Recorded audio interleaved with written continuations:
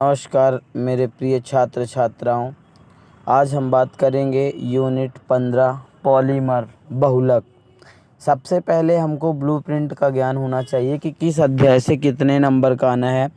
तो मैं बता दूं, इस अध्याय से आपको कुल 3 अंक के प्रश्न आएंगे। एक नंबर वाले 3 प्रश्न, 1 × 3 = 3।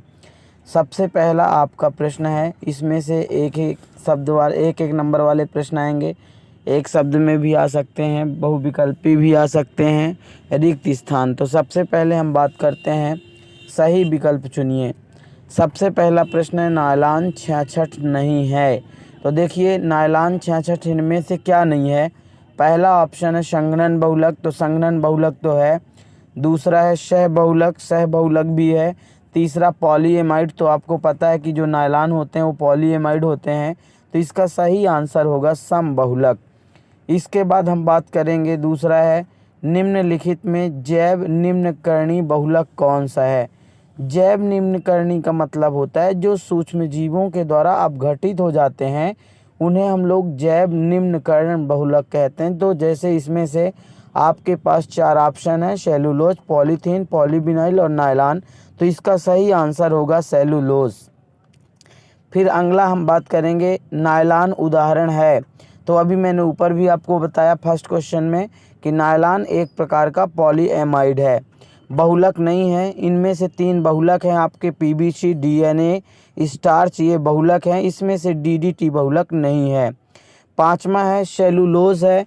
तो सेलुलोज और स्टार्च, ग्लाइकोजन, ये सभी बहुलक होते हैं। अब किसके बहुलक हैं, तो जैसे जो स्टार्च है वो अल्फा ग्लूकोज का है, जो सेलुलोज है वो बीटा ग्लूकोज का है।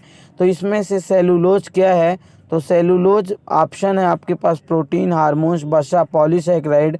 तो इसका सही आंसर हो जाएगा पॉलीसैकेराइड। फिर नेक्स्ट हम देखेंगे, टेफ्लॉन है। Teflon PBC, SBR, PTFE, PBA. तो इसका सही आंसर हो जाएगा पीटीएफई, क्योंकि पीटीएफई का मतलब है पॉलीटेट्राफ्लोरोएथिलीन, जो कि टेफ्लॉन है। पॉलीथीन किसका एकलक है, तो ये बहुत सरल है, इसको आप लोग अपने से ही बता दीजिए। पॉलीमर है, यहाँ पे अगला क्वेश्चन है, पॉलीमर है मैक्रो अणु, माइक्रो अणु, नेक्स्ट है रूप माइक्रो अणु, और इनमें से कोई नहीं।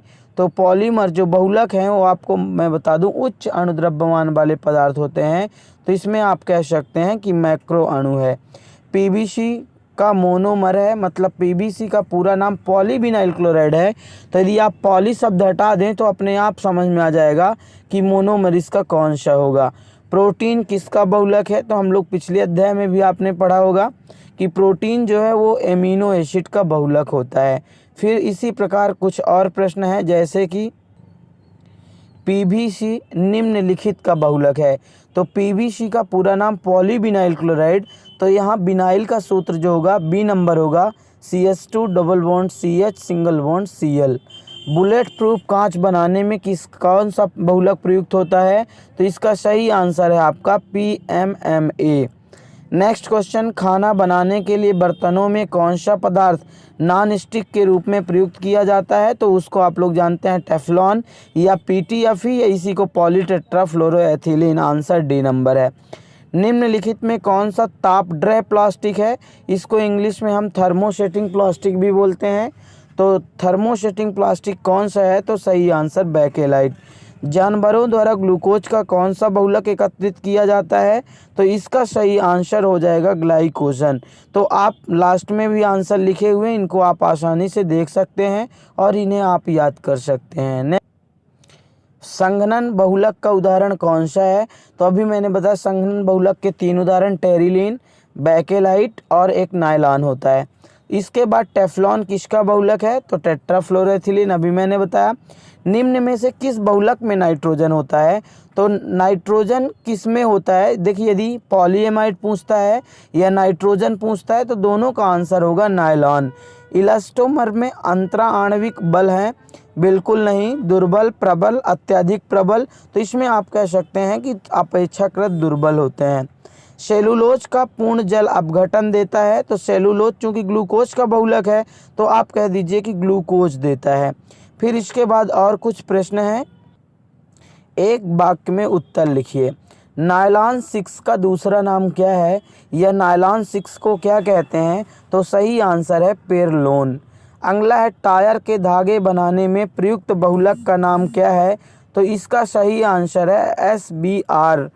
तीसरा है फिनाल तथा फॉर्मल एल्डिहाइड में कौन सा बहुलक प्राप्त होता है? तो फिनाल और फॉर्मल एल्डिहाइड से बेकेलाइट प्राप्त होता है। बेकेलाइट एक थर्मोसेटिंग प्लास्टिक है। न टूटने वाली क्रांकरी बनाने में कौन सा बहुलक प्रयुक्त होता है? तो इसका न टूटने वाली कांकरी बनाने में कौन सा बहुलक प्रयुक्त होता है? तो इसका सही आंसर है मेलामाइन। पीवीसी के एकलक का सूत्र लिखिए, तो विनाइल क्लोराइड। वैसे भी जो पी से स्टार्ट है, यदि उसके बहुलक एकलक पूछे तो आप पी हटा दीजिए तो अपने से एकलक पता हो जाएगा।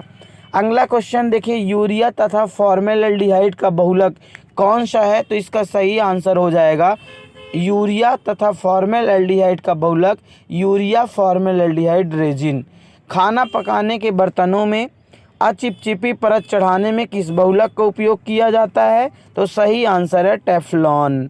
प्रयोगशाला में बनाए जाने वाले बहुलक क्या कहलाते हैं? तो संश्लेषित बहुलक, और जो प्रकृति के द्वारा प्राप्त होते हैं उन बहुलकों को प्राकृतिक बहुलक कहते हैं। रबड़ के पौधे में दूध जैसे एक पदार्थ निकलता है जिसे क्या कहते हैं? तो उसे लेटेक्स कहते हैं। फिर और भी कुछ प्रश्न हैं, जैसे कि स्टाइरीन के एकलक का नाम क्या है? तो स्टाइरीन के एक बहुलक का नाम, माफ करिए, स्टाइरीन का बहुलक पॉलीस्टाइरीन है। प्राकृतिक बहुलक के दो उदाहरण रबर स्टार्च, सेलुलोज स्टार्च। योग बहुलक, योगात्मक बहुलक के तो polythene, polypropylene, polytetrafluoroethylene. Buena S रबड़ का रासायनिक नाम क्या है? तो एस है तो स्टाइरीन ब्यूटाडाइन रबड़। दो या दो से अधिक भिन्न एकलकों के बहुलीकरण को क्या कहते हैं? सहबहुलीकरण।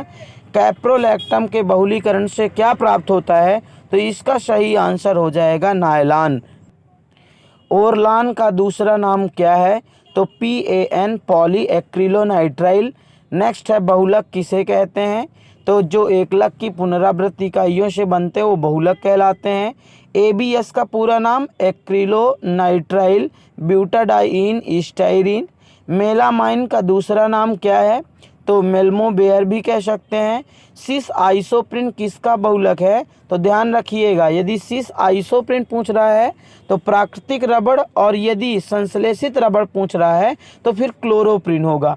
मतलब क्लोरोप्रिन जो है वो एकलक है किसका? संश्लेषित रबड़ का, और जो सिस आइसोप्रिन है वो एकलक है प्राकृतिक रबड़ का।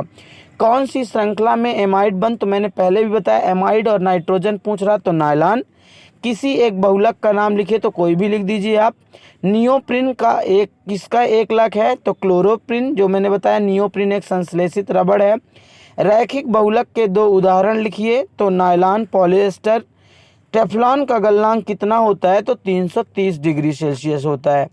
अब अगला प्रश्न है, रिक्त स्थानों की पूर्ति कीजिए। बहुलकों पर आवेश होता है, बहुलकों पर आवेश होता है तो आंसर कोई आवेश नहीं होता। ग्लूकोज डैश डैश का मोनोमर है, तो मैंने पहले भी बताया, नीचे भी लिखा, आप देख भी सकते हैं। बहुलक प्रकाश का डैश डैश करते हैं, प्रकीर्णन। बहुलकों का अणुद्रव्यमान डैश डैश होता है तो बहुत उच्च होता है। ऑरलॉन में एकलक, चूँकि ऑरलॉन जो है PAN है तो एकलक एक्रिलोनाइट्राइल। नायलॉन 6 को डैश डैश भी कहते हैं, तो नायलॉन 6 को पेरलोन कहते हैं। रबड़ डैश डैश का बहुलक है तो सिस आइसोप्रिन का बहुलक है। वल्कनीकरण प्रक्रिया का आविष्कार चार्ल्स गुडियर ने किया। एथिलीन ग्लाइकाल तथा थैलिक अम्ल का बहुलक टेरिलीन या डेक्रॉन कहलाता है। क्लोरोपिन डैश डैश बनाने में उपयोग की जाती है, तो संश्लेषित रबड़, जैसे मैंने बताया, प्राकृतिक रबड़ मतलब सिस आइसोप्रिन, और क्लोरोप्रिन का मतलब है संश्लेषित रबड़। तो इस प्रकार से इस अध्याय के महत्वपूर्ण प्रश्न ऑब्जेक्टिव आप लोग अच्छे से इन्हें देख लें, ध्यान अपने नोट्स में लिख लें और इन्हें ध्यान रखें, क्योंकि इस अध्याय से केवल वस्तुनिष्ठ प्रश्न ही आएंगे। धन्यवाद।